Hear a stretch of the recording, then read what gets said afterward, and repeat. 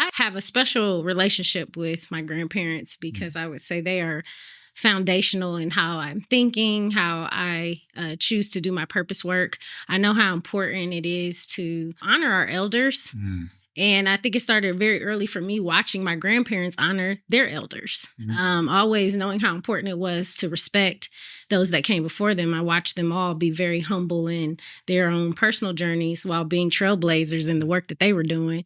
And so fast forward into the work that I do, I just have a passion for making sure that elders remain at the forefront of our voice and that we're hearing them.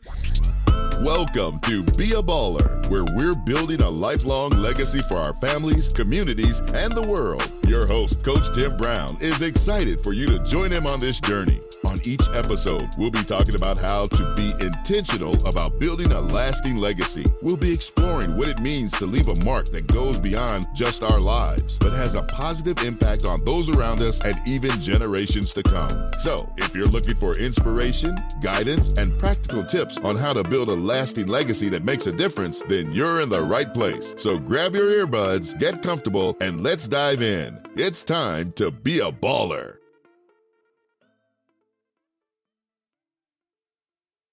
Welcome to Be a Baller podcast. I'm your host, Coach Tim Brown, and I'm blessed and honored to have in studio with me a good friend who I watched grow up and mature into the community activist like she is today, and that's Shelbi Toone. Shelbi is a distinguished artist and community organizer dedicated to using creativity as a tool for social change.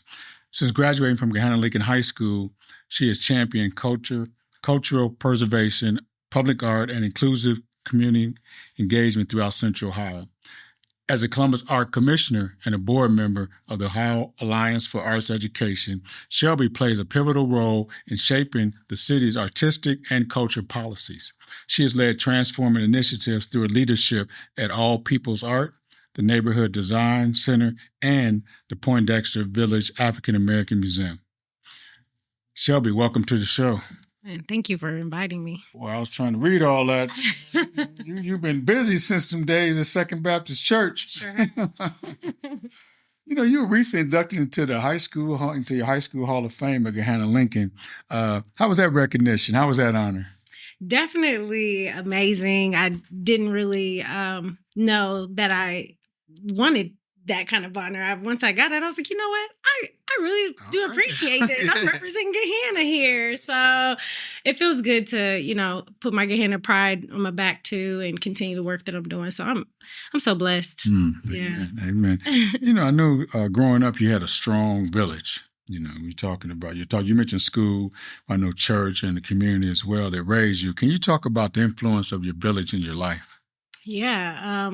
So, my family, very much churchgoers. I had a community in Second Baptist, of course, and you were there. And then, being close to my grandparents, their community was their church. So St. Paul AME and, Good Shepherd. So I just had a good foundation of a church life and very actively involved in dance ministries and choir. I sang in the choir, did plays. So just always very actively involved in church. And it's been the foundation to my artistic expression, and I'm blessed to have community through church and growing up with my family and all of them. So yeah, I know your family was artistic as well. Yeah, they are. Singing and theater, all kind of stuff. Can you talk about how that impacted you and kind of what you do today?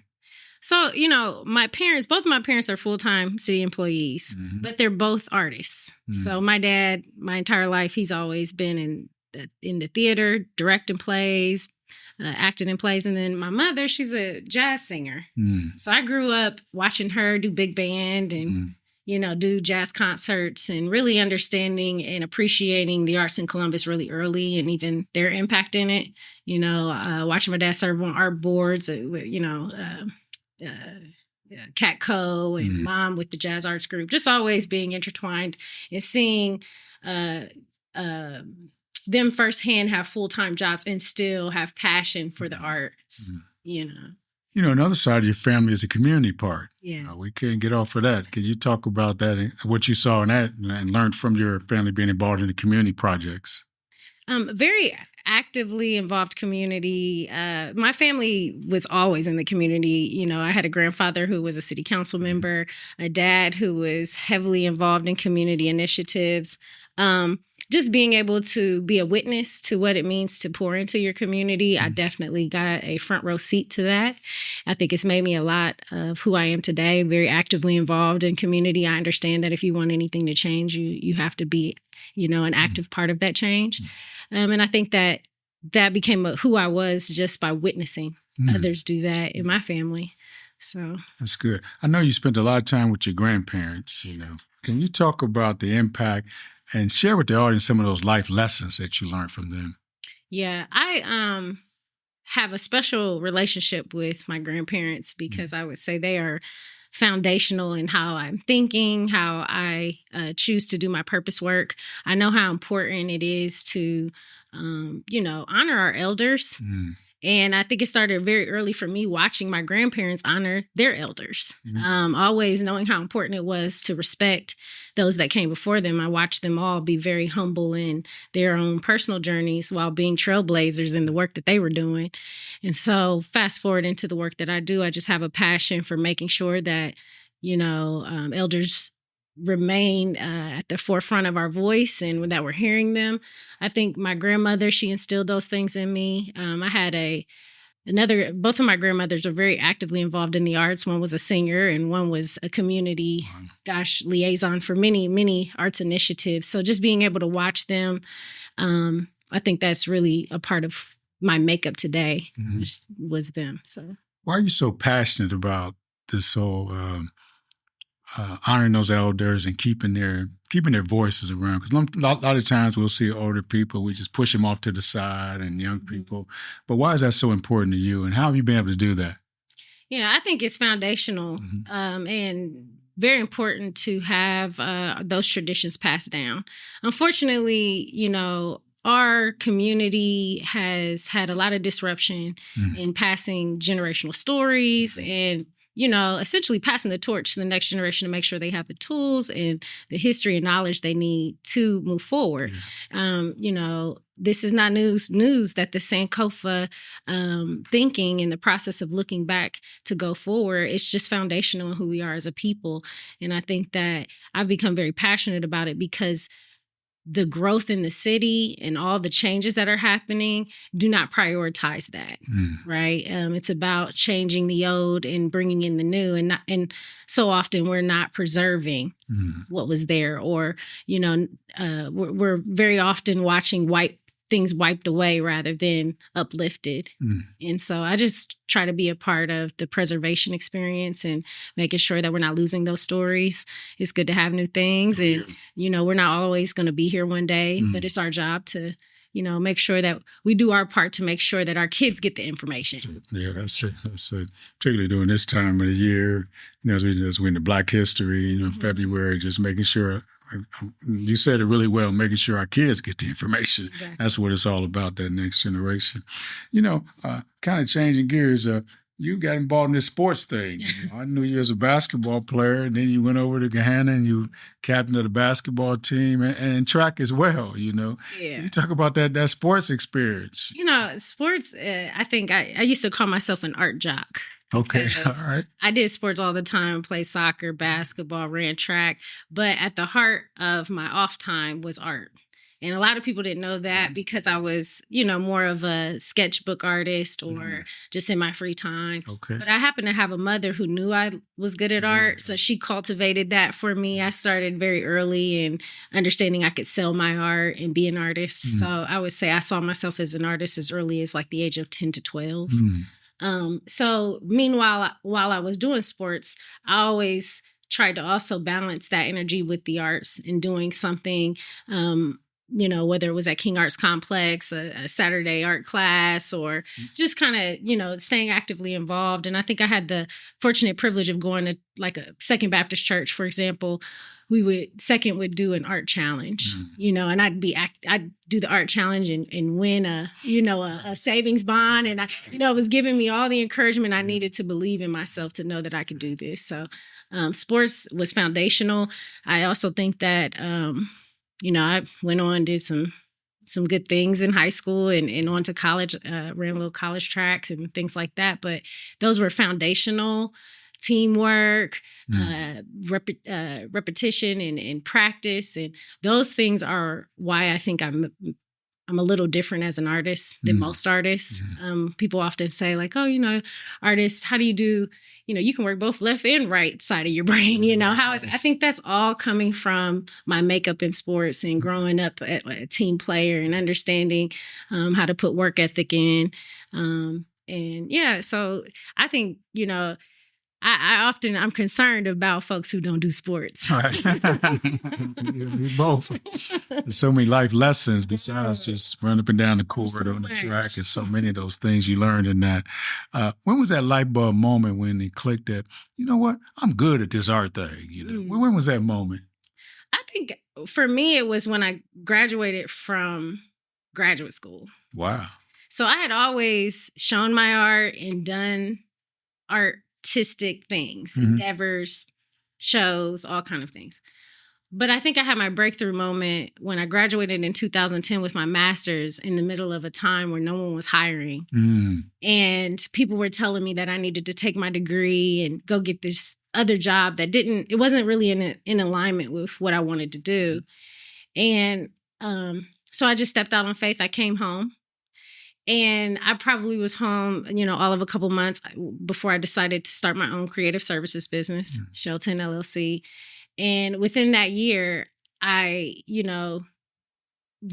put some faith in the work. And I was getting phone calls all the time for work. And I realized that I didn't necessarily need a job to thrive because I was good at art. I was good at graphic design. I was good at branding. I was good at being a creative. And I needed to lean in more to what that meant. And I also liked the benefit of helping people. So in 2010, a lot of people needed to update. Right.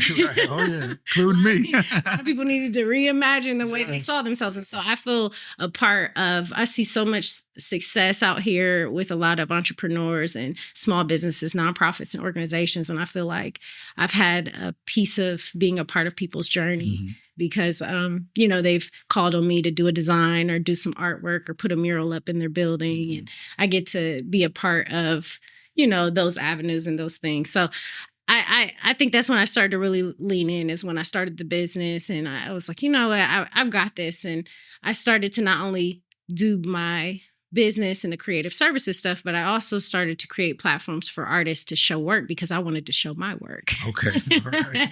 And so that's a whole other journey of, I'm still curating today. There's a show that I have up today at Art of Republic with 15 artists. So still trying to cultivate that too. That's awesome. I've seen your work all over, murals all over the city. What's your inspiration when you decide to create a mural? What is your inspiration for creating that? I often think about the youth a lot in my work. So I'm always thinking about what it looks like for a little girl or a little boy to drive past what they're looking at. And so I try not to be too complex because my audience, I want to get you young, I really do think about the young people a lot. I have a huge background in arts education. And so even as I approach my work now where it's a little more complex and it's more about culture and history, I still try to approach it in a lens of perspective of a little girl or a little boy who needs to also make their own interpretation of what they're seeing. And I really love art and what it can do to transform people's thinking, bring people together. And I've enjoyed being a part of kind of planting some of those seeds to have art be a part of the conversation. The art that I'm creating is planting a seed of bigger things. A lot of the early work I was doing, people weren't really giving me the big opportunities that I wanted to. So I inserted myself in community conversations and inserted art as a solution to a lot of the, conversation pieces that we were having. And so fast forward, now you see people all the time kind of using art as a avenue to bring community together, have community address an issue. I can say, gosh, more than 10 years ago, that wasn't as common as it is now. And I feel like I jumped in that lane very early and helped kind of be a part of the wave of facilitating how art can meet community. That's good. I think God has a way of his timing. Yeah. And he put you in that space at the right time as we think about the George Floyd incident and all the murals and pictures that were going up or whatnot. And you were a big part of that, you know. Can you talk about how that vision for social change and using art as social change? Yeah. Gosh. So 2020 was, I think, the year where everyone thought that it was going to be a game changer in their own personal lives. Everyone kind of had things set up for themselves. And I was one of those people who had a show that I was going to do. And, you know, these initiatives that I was just, you know, passionate about, and I already kind of had a calendar for 2022. I actually was in the heart of opening All People Arts, which is a Southside art gallery. And I had got the keys to the building March 2020. So it was a very interesting year for me because I was in the heart of trying to open up a gallery on the South Side for artists, but the whole town had been shut down. And then, you know, here we are trying to open this gallery space, and then George Floyd happens. And I've always been a voice for, you know, Black history and arts. And I felt that as the world was kind of shutting down, this was, you know, I couldn't sit still while the answer I had always known was art. You know, I'd always known that, you know, we could lean in to art, but I didn't really see anyone lean in until George Floyd happened. There's always pros and cons to that. You know, we don't, as artists, want to be used either. And there is a huge message in the George Floyd situation that we can't ignore. Right. And so it's not using art to cover up the ugly. Yes. It's using art to express how we truly feel about the ugly and also keep moving through the ugly at the same time. So I was, you know, honored to be a part of, you know, what I would say a huge movement that happened in Columbus. And I did get a lot of calls, so I did answer a lot of calls and got out there probably a lot more than I originally anticipated. But it was, you know, in my eyes, everything it happens the way it should. And I think that Columbus, you know, went through a huge turning point in the way that they see in not only just the Black Lives Matter conversation, but even arts in community. So. You mentioned you were in the middle of starting Arts Plus. What was it? All People Arts. All People Arts. Can you talk about that initiative? Sure. So, you know, there's always different sides of town, you know, and the South Side traditionally for Columbus has, you know, always lacked art access among other resources. The Community Development for All People organization had actually started an initiative where they wanted to do healthy food and arts. And this was kind of as early as like 2017, 16, 17. And one of my closest friends, April Tsunami, she had asked me to kind of take a look at what they were doing and see if I couldn't help navigate next steps on how to create a gallery or some kind of art access space for the South Side. And I had just done some work on the Near East Side with William H. Thomas Art Gallery and been there for a while and had, you know, kind of curated shows and done festivals. So it was an opportunity to pull back and see if I could be of use on another end of town. And so in 2018, I officially came on to work with All People Arts and see if I couldn't basically create a gallery space somewhere on the South Side to create art access. And so we did that. We ended up, I'm founding director of All People Arts. We ended up opening our gallery doors in 2020 in the heart of the pandemic, but we're thriving on our 5th year anniversary this year. And there's a director there, Sydney Spivey, and I serve as the chair of the board.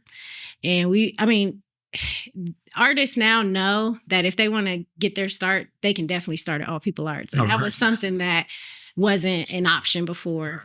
They didn't, you know, I would say artists before didn't really have too many options other than trying to maybe fill around on the Short North Alliance area or the Short North area, or maybe jumping in the studio in Franklinton. But I would say All People Arts provides an instant access opportunity for people to get their start, be able to say they've shown in Columbus. And so I'm proud to be a part of that. Something about that name, All People's Art. All people. What does that mean to you? I mean, it means brown, white, purple, blue, everybody it deserves access to art. And when I think about all people arts, it's about really just making sure people understand this space is for them. And so I've always believed in there are kind of different hierarchies in the arts world. And I believe all people arts is setting the tone to say, no, everyone's an artist and everyone can start being an artist right here.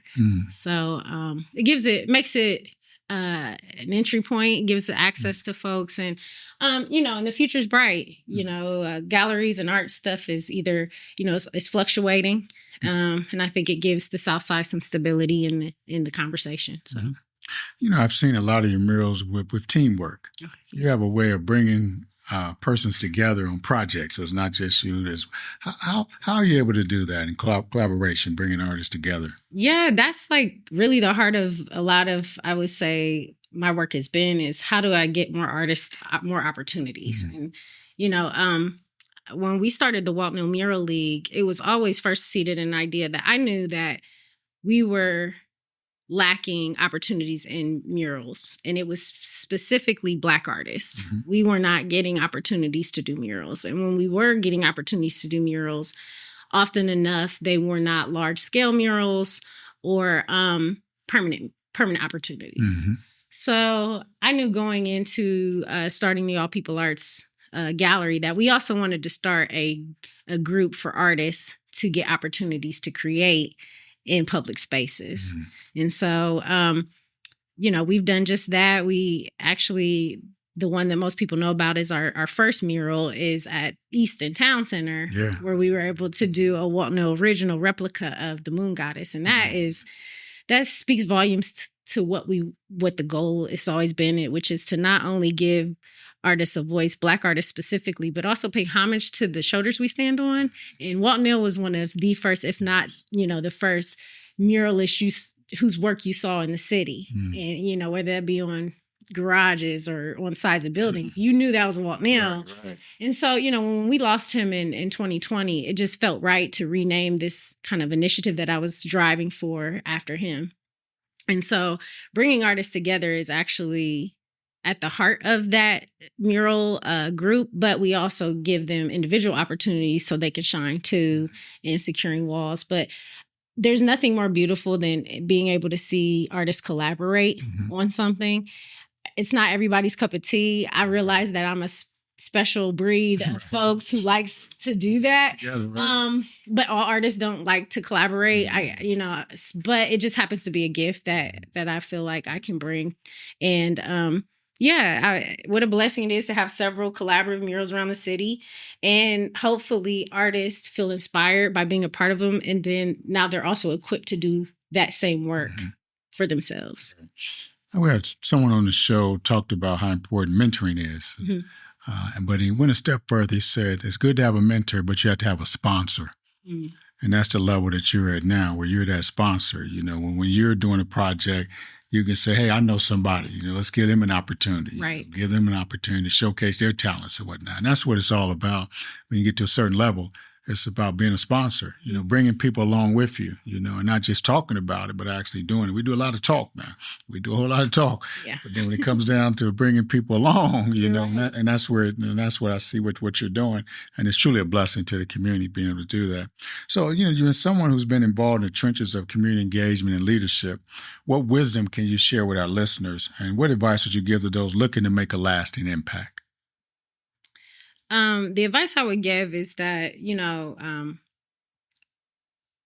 one, joy is on the other side. Everything is not always as it seems. There will be hard days. There's always ups and downs. But for me, I try to stay in alignment with how good God is and what joy actually means to me. And being able to know that peace starts with me. And so my advice would always be to be reminded that peace starts from within. It starts with yourself, and that joy is always on the other side. So keep pushing for that that self-assurance and peace that you're looking for. But, mainly for me, art is there's many purposes to doing art, but I think the sole purpose for most people should always be to find that purpose. Or, and art looks different for everybody. I just happen to be a visual artist, but, there's art in everything you do, whether that's the, anchor on the news, right. Whomever you think you are, there is an art and a craft about what you do. There is creative thinking behind how you do your work. And I think it's important for everyone to tap into that, whether they can draw or not, still being okay with knowing that there's a creative side of themselves that they can also tap into. And knowing that often when you tap into that, you'll find joy in it. And you can use that however you need. What was your second question? You said, what advice would you give to someone to make a lasting impact? Being intentional and making sure, again, it has to be in alignment with what you yourself enjoy and what your purpose work is and who you are. I think so often we see other people's lives and we want kind of what they have. Right. But I do think that God has given us all a special journey and a special purpose and a special place. And we just have to do the work with ourselves to identify, what those steps are. You talk a lot about joy and peace. And I've seen your work, and you always sign it Peace Shelbi. That's how I know. That's why I know that's you. What is that? Where did that come from? What does that mean to you when you sign that? So I'm a graphic designer, and at the heart of learning graphic design, you learn about logos and symbols. Okay. Yeah. And when I was graduate, well, I guess I would say maybe softly after 2012, 2011. So I had graduated, started my business, and really started to paint regularly on the side and really doing my art all the time. I realized in those moments that there was so much history attached to symbols, and there was more to what I was seeing. I started to grow a love for history and knowing more things about things. I think a lot of times as people, we take things off the surface, and I started to take a deeper dive into it. Well, no, but really, where did this come from? After doing some research, being a person who strived for peace and what does peace mean to me, I learned about the peace symbol and how it came about, what it was. And to me, in the process of kind of finding peace for myself, I wanted to free myself of things that were not of my culture, not for my people. And so in 2011, I felt kind of like I had come up with this symbol. It felt really connected to the Adinker symbols, and often what you see in that background. So I came up with this new peace sign. And so 2011 kind of started this thing where I was like, oh, this is new peace. This is a new peace sign. And as an artist, everybody has their thing, or like they believe in it. And so I just believed in it wholeheartedly. This is the new peace sign. Well, why do we need a new peace sign? Well, if you do some history, and even if you think about what has happened, we need an opportunity to see peace for ourselves. And the original peace symbol is about everyone, inclusive, where this peace symbol is about peace begins with you. And so I started, there's probably not many pieces of artwork that are out there that don't feature this peace symbol in my work. I put it in everything. And it's just to symbolize that peace is possible. And I think, sometimes we overcomplicate peace to think that this world peace picture, but peace genuinely starts with oneself. And so I've just been driven by that for now over a decade, or, in my work and the things that I do. And people who listen to, because often as an artist, you're overlooked just naturally. People who really pay attention know that I'm doing this work in what this peace symbol is. And all of a sudden, people just start calling me Peace. And it really is interesting. It started with the elders, actually. They would, hey, there's peace. Right. Peace. So I got used to it. Then I also got to a place where I had to start responding to it. Oh, yeah. Because they're really calling me Peace. Right. So I was like, okay, that's my nickname. So it's fun, and it means that the people understand me. Yes. And I feel blessed, anytime someone understands me or my artwork. So yeah, that's where that piece good. comes from. That's good. Yeah. That's good. Peace. Yeah. And in 2020, actually, I decided, because I had been doing it since 2011. And when the Black Lives Matter happened, I decided to just, new piece 2020. Yeah. New piece 2020. And I just went really, really Yeah. all in on people understanding that it was time to self-check and start with peace from within. So, Man, that's good. So we come around the corner, this is a legacy podcast. So what is the legacy that Shelbi Toone is building in our community? Yeah, I feel blessed that art has moved my career in a direction where I can truly be impactful. So, I am now the project lead for Poindexter Village Museum. It's an African American museum, and it'll be the 59th site of Ohio History Connections State of Ohio site system. Nice. What that means to me is when I first started, I always knew how art could be impactful. I also tried to use art as a platform for opportunity. I was blessed to be able to be pulled into opportunities where I could voice what artists needed and what was important for community and arts to meet at a head.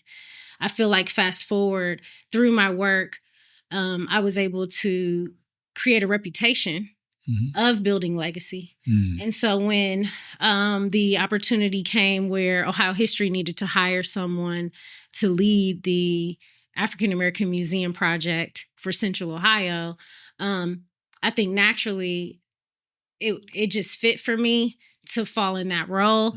And I think a lot of people, it definitely caught people off guard, like, oh, aren't you an artist? But this is my legacy. I have always been a folk artist. So, that's an artist who cares a lot about history and storytelling and preservation. And so fast forward in trying to make sure that that's a part of the fabric of our community, it is a huge part of my legacy to make sure that we are leaving something for the next generation to also be able to tap into that. And so the work that I'm doing with the African American Museum, it will preserve the arts and culture history of the Near East Side and beyond. It will stand up those Columbus Black history heroes that we often hear about and don't hear about.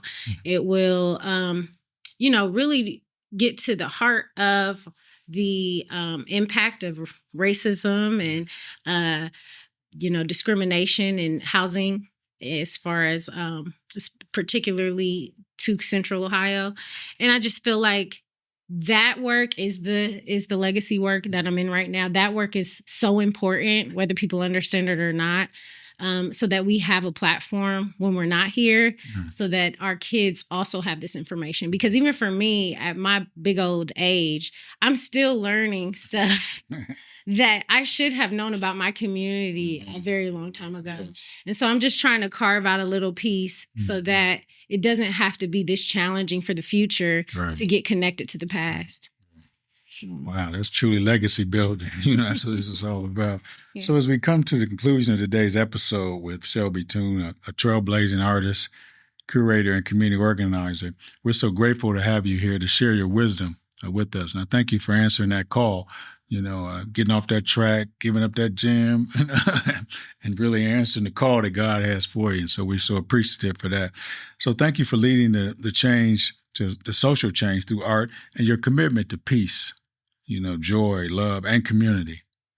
As we wrap up, how can the audience support you and your initiatives? Can you share with the audience how they can support the projects that you're working on?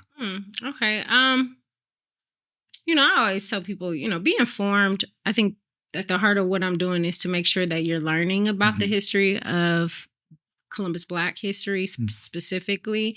So be informed. I think, go to my website, Shell, SHEL10, Shell10.com. There are resources there to learn about the community, to learn about ACE, to learn about Amina Robinson. I've put now almost 2 decades of work into sharing stories within the community, and those resources are there. And so I think for most people, I think being informed would be a great first step. And then also buy local art. You know, whether it's mine or not, I think that there's a lot to say about us starting to really turn the way that we think and spend, and really investing into artists and investing into, you know, instead of going to TJ Maxx to get your art, really, you know, going maybe and being thoughtful and buying some Shelton art or whomever else, you know, those kinds of things. But I think those are the best steps. And then, of course, check out Poindexter Village Museum.org. That's the current project I'm working on with the museum. But yeah, that's it. Right. Well, so I want to thank you for being on the show today. And I want to remind the audience that building a lifelong legacy is not just about what you leave behind. It's also about the impact you have those on around you every day. And so I thank our audience for listening to Be a Baller podcast. You can listen to it on all the social media platforms. So thank you, Shelbi Toone, for being a part of the show. Thanks for having me. Yes, thank you.